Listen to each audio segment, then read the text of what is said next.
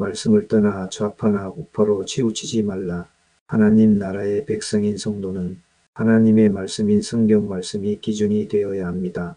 오늘날 우리는 이 원리를 우리의 삶뿐만 아니라 정치적, 사회적 성향에서도 적용해 볼 수 있습니다. 동성애와 차별금지법과 같은 주제를 성경적으로 접근할 때 우리는 먼저 하나님의 말씀이 우리의 기준이 되어야 한다는 점을 잊지 말아야 합니다. 말씀에 비추어 봄으로써 우리는 세상적 이념이나 정치적 성향을 초월하여 하나님께서 정의하신 진리와 도덕적 기준을 지켜야 합니다. 2. 성경의 절대적 기준. 성경은 하나님께서 창조하신 질서와 도덕적 기준에 대해 매우 분명하게 가르치고 있습니다. 동성애 문제에 대해 성경은 여러 구절에서 하나님께서 정하신 남녀 간의 결혼과 가정의 질서를 강조하며 동성애를 죄로 규정하고 있습니다. 대표적으로 레위기 18장 22절에서 너는 여자와 동침함 같이 남자와 동침하지 말라. 이는 가정한 일인이라고 말하며 로마서 1장 26절과 27절에도 동성애를 죄로 언급합니다. 이 때문에 하나님께서 그들을 부끄러운 욕심에 내버려 두셨으니 곧 그들의 여자들도 순리대로 쓸 것을 바꾸어 영리로 쓰며 그와 같이 남자들도 순리대로 여자 쓰기를 버리고 서로 향하여 음욕이 불일 듯하며 남자가 남자와 더불어 부끄러운 일을 행하여 그들의 그릇 때문에 상당한 보응을 그들 자신이 받았느니라. 이러한 성경 구절 등을 홈페이지인 로고스 성경연구소에 게시해 두었습니다. 상식과 성경 말씀 동성애는 비성경적입니다. 그러므로 성경에서 말하는 도덕적 기준을 따라 우리는 이 문제에 대해 분명한 입장을 가져야 합니다. 그러나 오늘날 많은 정치적, 사회적 이슈들이 하나님의 기준과 충돌합니다.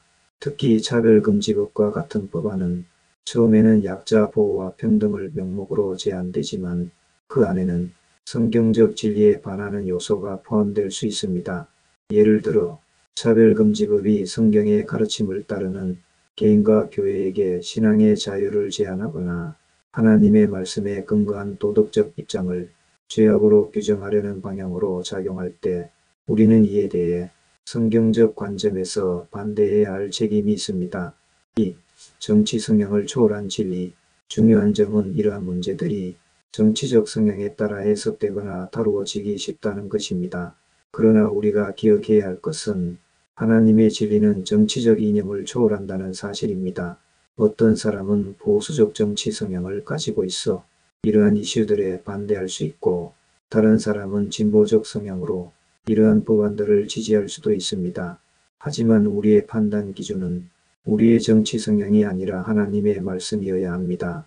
교회는 좌파나 우파, 진보나 보수라는 정치적 성향에 흔들리지 않고 하나님의 말씀이 중심이 되어야 합니다.